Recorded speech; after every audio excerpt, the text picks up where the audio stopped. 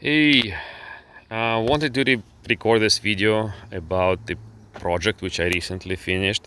It is a new bike, and the whole idea of this new bike is that it's got to be a light trail bike. And for that, I took my chance and I purchased this carbon frame through eBay. It comes from China, and as you can see, there's no branding on the frame, nothing. It's just whatever composite they use, and the carbon weave here and there, as you can see. That's the frame. Internal cable routing, full suspension, 29 wheels. That's how it's been sold. So a lot of discussions like, are those frames good? Are those frames really worth that? Of course, the idea behind this frame is that it's got to be less expensive. So, for example, this frame is about $700 plus shipping on eBay.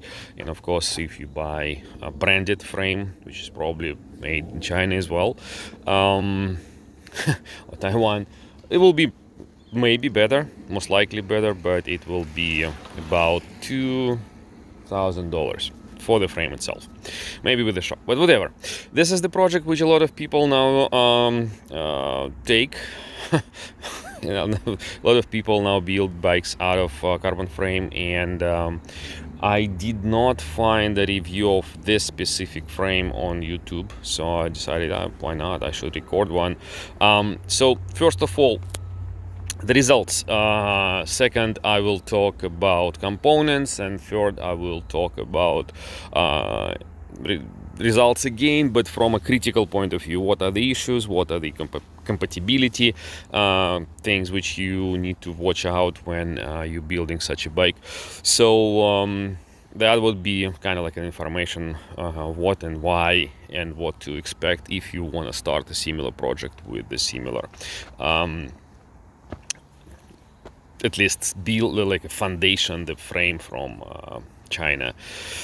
So as a result, this is a full suspension bike. This is the frame which says it's gonna be 122 millimeters travel in the rear. I don't know why is it 122, not 120 or something like that, but anyway, this is what it is. The overall weight of the build bike with the pedals, with dropper post, with grips, and even with the bottle holder is a little bit under 12 kilograms. Believe it or not, a little bit under 12 kilograms, and this is, by the way, 130 millimeter fork from X-Fusion. So 130 up front, 122 in the back, dropper post, all kind of stuff you need for the ride. 12 kilograms. Whatever it is in pounds, you can always figure it out. So I'm happy. The bike feels light. It can be lighter, and I'll talk about it as we go through components. What are the options and choices here? And it feels good. It goes quite well. As I said, I don't want this to be a super hard all mountain style riding. No, it is a light trail bike. It is for trails like here in New England, as you can see. I can go a little bit over the pavement, get to the forest. Literally the entrance into the forest is right here. I can get into the forest, take my regular loop. I can go through single tracks, and this bike handle its width is probably can do way more. I only rode it a couple times on more advanced trails here in Boston area, but it is quite capable. So let's talk about components. Frame. The brand is called AIRWOLF. That's at least how they sell it in eBay. On eBay, as you can see, there's no markings at all, and I've seen the same frame under different brand names. So I don't know who makes them, but this is the frame. It is still kind of has this inheritance from the old times when people used to like 2x10 maybe drivetrains, something like that. So it is a copy, definitely a copy of some frame which is already probably discontinued from brand names. If you know what kind of bike it used to be before it was copied, let me know. I don't know, I kind of just wondering what it is. The wheel set which I purchased, those are the carbon fiber wheels, are also from the same company, AIRWOLF, and they are shipped through the same distribution center. I was talking through WhatsApp with a person from that company about both of those orders, and they did ship separately. It takes some time to get it from China, but that's okay. I knew there's going to be a wait, and I'm okay with this. So for that build, when I was researching what should I take in terms of suspension and drivetrain and so on, so I decided not to go with the boost, because I can save on the weight, I can save on the price of the components if I go with non-boost components. So for example, this is Shimano XT 1x11 transmission, and if I go with boost, it could be 1x12, and I decided, like, you know what, I'll save on XT 1x11 because it will be a little bit cheaper than 1x12, and it will be a little bit lighter, and as well as I can save on the fork. If I go boost here and there, I would need to get a little bit more expensive newer fork, not a little bit more expensive, way more expensive fork. So and by the way, I did want to go with the X-Fusion here and on a dropper post, because for example, I bought X-Fusion equipped bike for my wife many years ago, and it performs really well. Of course, I would prefer maybe Fox for myself here and there, but with this bike, non-boost, this X-Fusion fork was pretty much one of my few options, at least in a somewhat good category. So again, that's another important characteristic of the bike. Is it boost or non-boost? It is non-boost, and you can get this frame in a boost. You just need to pick it either through options on eBay or contact the seller, and they will make whatever options you want from you. As well as this bike is size large, what they sell, size large. So for large bike with all of those components, 12 kilograms, I think it's quite good weight. So let's talk obviously through all of those components, through all of those things which I put here. So this is 130 mil travel for fork, X-Fusion Trace RC. Okay, it's okay for, you know what, I don't want to go super deep into details. For what it is, that's fine. Let's talk about the hubs which come with the wheels. Boom, what's that? Novatec hubs. Let's see the number, maybe I can see it over there. Yeah, so it's over here, D792SB and 791 in the front, as far as I remember. Those are not very good hubs to my expectations, so I couldn't change them. So that they come with the wheel set, and again, this wheel set is built with those flat style of spokes. Pretty good.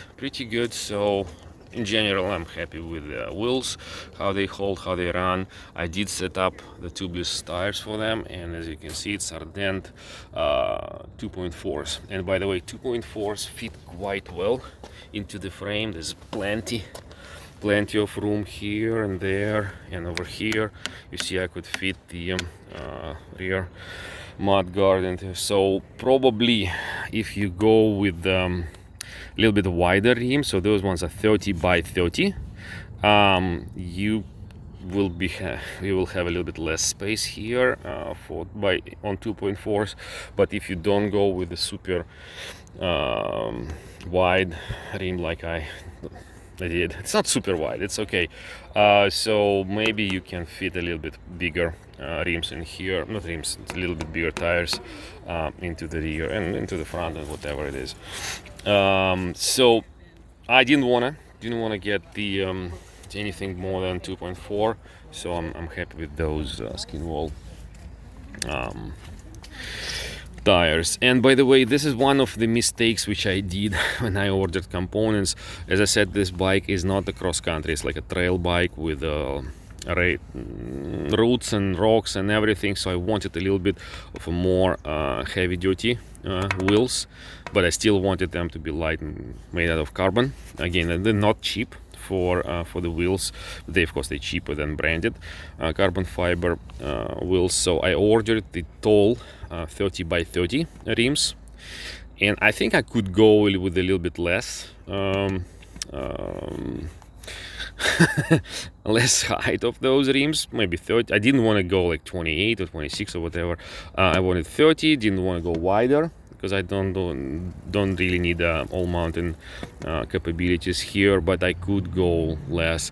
But since I ordered them as 30 by 30, I ordered the regular tubeless valves, and as you see how much they stick out of the rim, it's just like not convenient to have them so short. So maybe next time, if I will be rebuilding the tubeless setup here, I already purchased like a longer valves. I will do like a longer valves, and they will stick out a little bit more out of here. Other than that, wheels are great, they run great, tubeless, light, good for not so dirty conditions around here. Fork, yeah, said so. Also, I got carbon fiber stem. I don't like the stems to be too short, so this one's like 60 mil. Also, I think this is one also from AIRWOLF, some no-name carbon fiber spacer here. EC90, as you see, carbon fiber handlebar. I don't remember the width, like regular 700 something mil wider bar. So for rear suspension, I got X-Fusion, what's that, O2 Pro shock with the remote. I don't like it, to be honest. I'll talk a little bit more about the issues as we go further with this bike review. But in general, it works. Yeah, it's holding the air. I have around 200 psi there, maybe a little bit less. But in general, I don't feel that it performs super cool. The lockout just makes it a little bit stiffer, but it's not a real lockout. I mean, this remote is just pretty much wasting the weight on the bike. So one of the things to consider doing a little bit differently. Drivetrain probably is the best component here for this build. I decided to go with the good Shimano group set for everything, for transmission, for the brakes. So it is the RXT 1x11, whatever, 8100 something, and the brakes also Dior XT. The rotors 180 mil front and back, and as you can see, they fit, the 180 mil rotors fit quite well here into the frame. 200s, I don't know, no, you don't really need 200 mil rotors in the back here. So sorry, it's just gonna be funny. You don't need that much stopping power in the back. Now this is 1x11 XT cassette. One of the options which I could get on sale, the derailleur, is really good.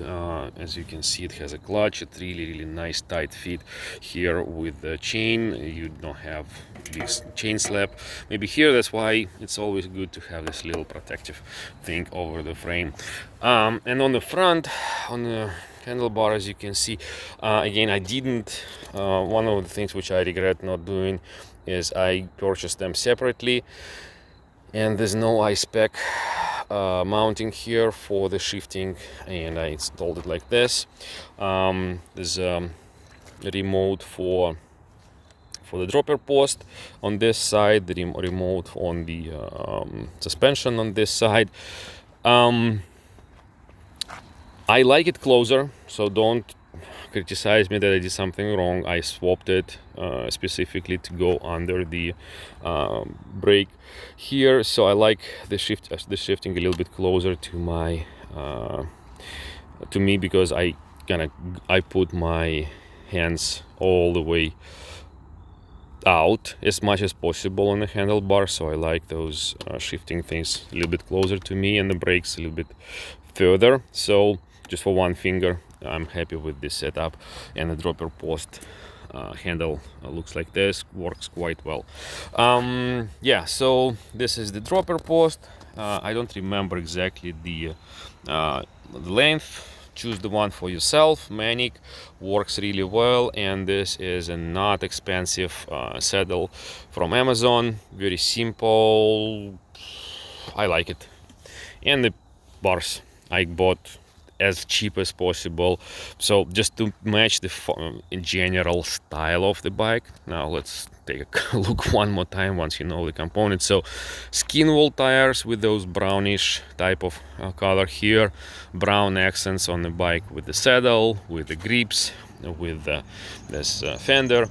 So that's the overall style which I wanted for the bike, as well as there will be red and blue accents. Usually they come on the forks, on those switches, on the rebound adjustments here and there, as you can see. So you can't get rid of red and blue a little bit, but I just didn't want to do all red or all blue accents on the bike. I just decided to throw in this brownish, like a vintage style. So this is the bike in its fully built view.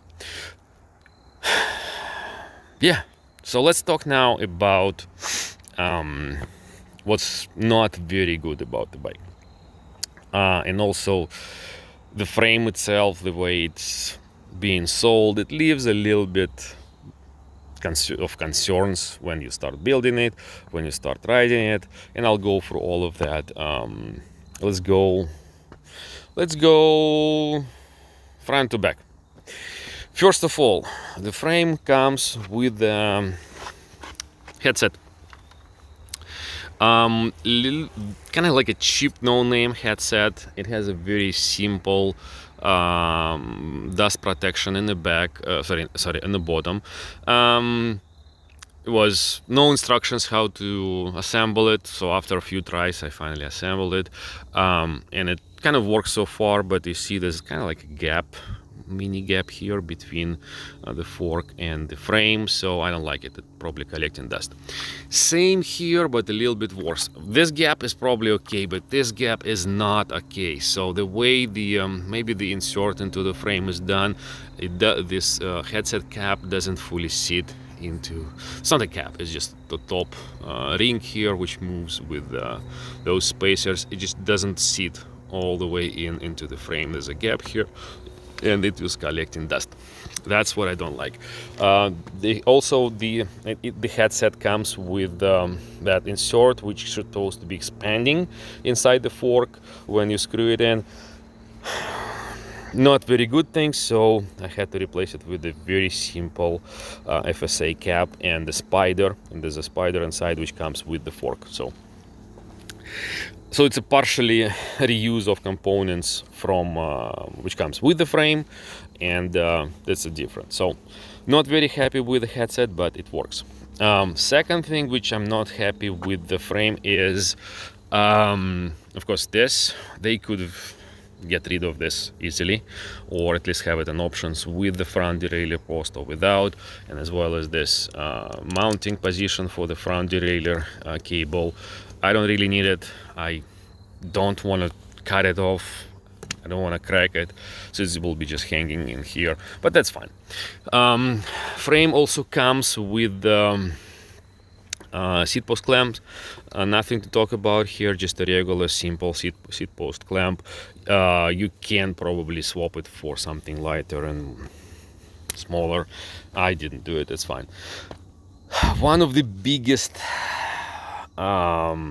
disappointments or funny things.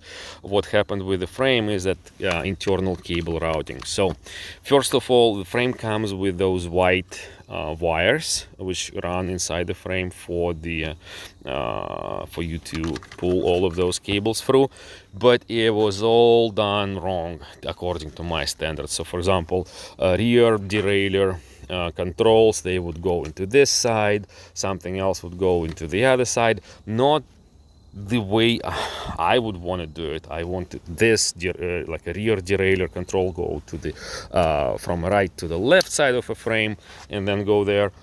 It was not like that, so I had to swap some stuff here and there, and because of that, as you can see, I have a brake and a rear derailleur controller. So brake goes here, that's fine, goes down tube, but the rear derailleur controllers go here, and then it kind of curves a lot, like there's a big curvature inside it for it to go down tube, because I want to run it from the left side of the bike into the frame. Not happy. I think what is causing the problem is that the way it is designed, that hole over there was supposed to be the hole for the front derailleur, but again, it's on the left side. So they wanted the rear derailleur go from the right side of the bike into the right side of the frame, and the left from left to the left. Usually it should be vice versa. So they wanted that hole on the other side to go in here, then out of here go to this mounting post, and then go to the front derailleur. That was the idea of the maker, how this should go. Sorry, for me it doesn't work, and of course I don't have front derailleur. I have to reuse this hole to run a remote into the shock, but also I had to swap it to this side of the frame then, and again, so now it looks like this cable goes into the this cable from a remote goes into the frame on this side. I have to run it from this side, and then it curves inside and goes up in there. So that's why it's kind of very sticky in here. And this one is this one's okay. This one is remote for the dropper post. Goes in there, goes up, and controls the dropper post in here. This one works fine. Also the cables go out and back into the frame, or not the frame, into the chainstays. Here it's okay, but in general, of course, exposed cables on the bottom. Be careful not to break them if you're doing a little bit more crazy riding here. So that's another thing which I was disappointed with, but as you see, we could get around it. Also with the cables, by design of the frame, some of those cables were supposed to be run without a hose, just a wire inside the frame, and those attachment points, they were like termination points for the hose. I didn't want to do it, so I took them all out. I drilled a hole here and all of those attachment points here and over there, over here. So I said, no, I'm gonna run the full hose inside the frame for everything. So that's why I had to do a little bit of a drilling inside those inserts for the hoses. So that's another issue which I had. Not the perfect wiring, but I could get rid of this. Another issue which I had with the frame, as you can see, and you probably noticed, like, what the hell is that? What the hell is that? What the hell is that? You see? So the hardware. So first of all, these positions for the hardware on the picture when I was ordering the bike, they were all black. When I get the frame, I see those ugly, unpolished metal or aluminum, I don't know, side tubes where those ball bearings are. Not good. Not good. Here you see it's all clean, not all good. Here, no.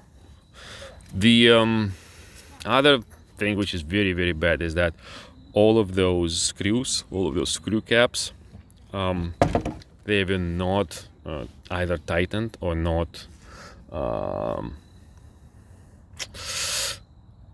wow, it's called the Loctite. Yeah, you're not supposed to use Loctite on those things, but this thing just fell out and I lost it, and I had to put this cap, just a regular bolt from Home Depot, and a washer to cover the ball bearings.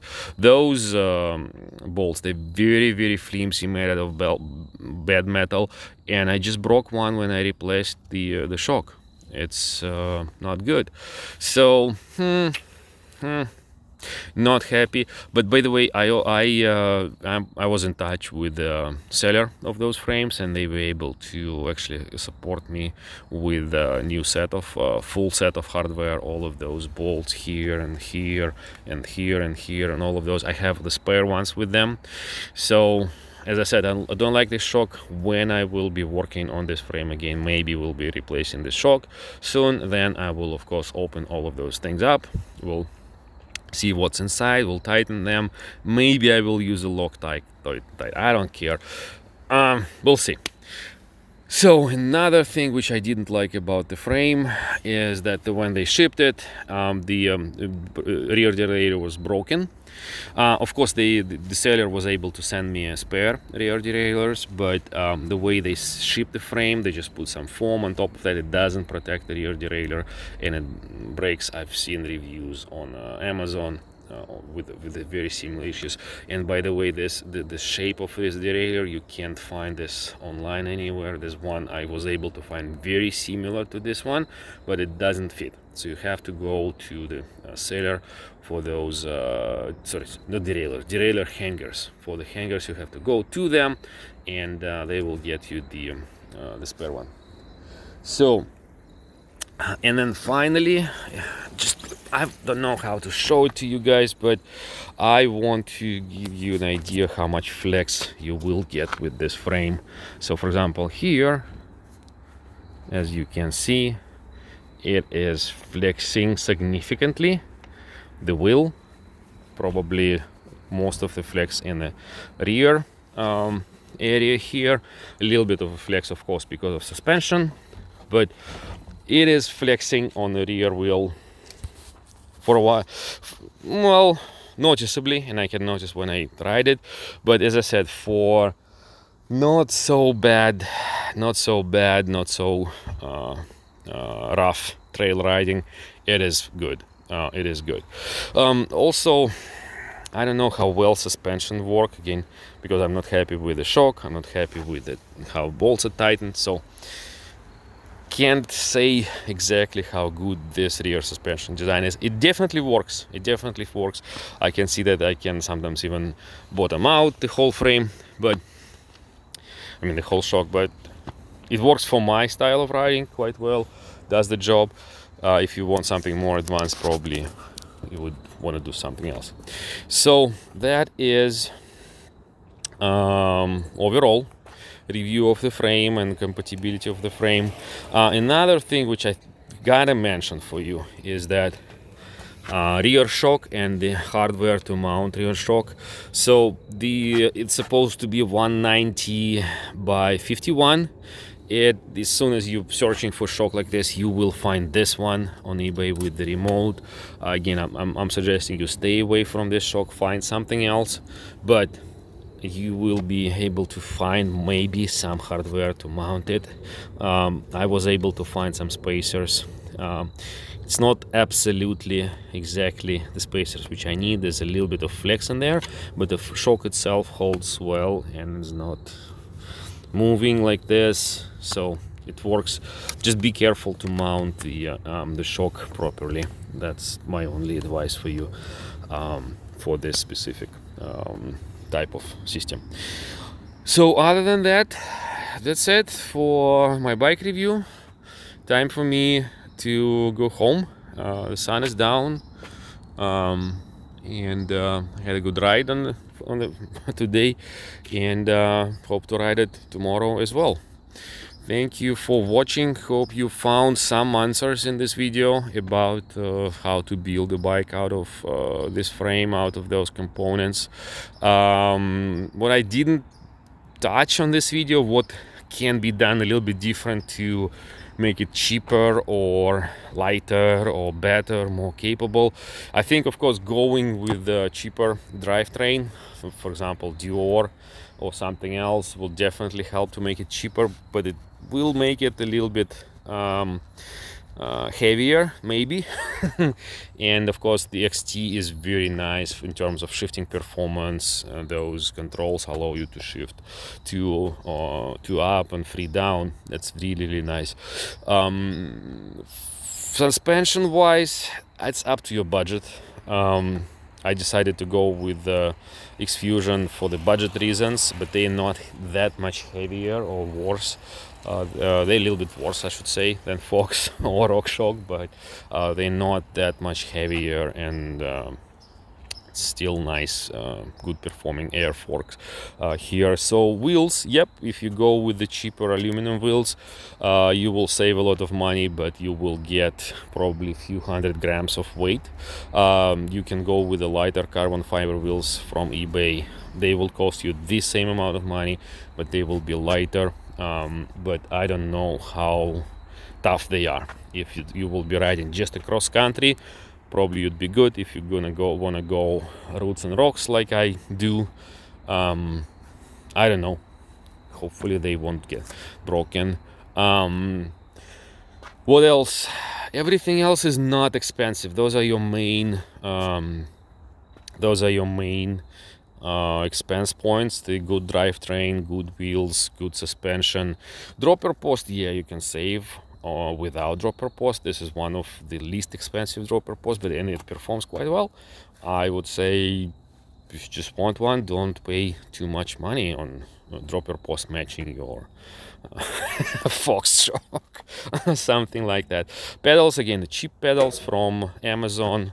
I like flat pedals, they work just fine. And of course those super cheap and ugly looking grips of the synthetic leather, they actually work really well. I just really enjoy riding and holding the bike with those grips. Yeah, they not as grippy as some others. I definitely have a spare ones. As soon as those get torn or something like that, I will replace them, but other than that, I'm happy with those cheap grips. So this thing probably goes away soon. This is nothing, it's just like ad caps. Other than that, it's a cool bike. It rides fast, climbs good, it accelerates really fast. I have to like jump on it to accelerate. I'm quite happy. If you have any more questions, put them in the comments. I'll try to answer them. Happy riding, stay safe, stay cool. Talk to you soon. Bye.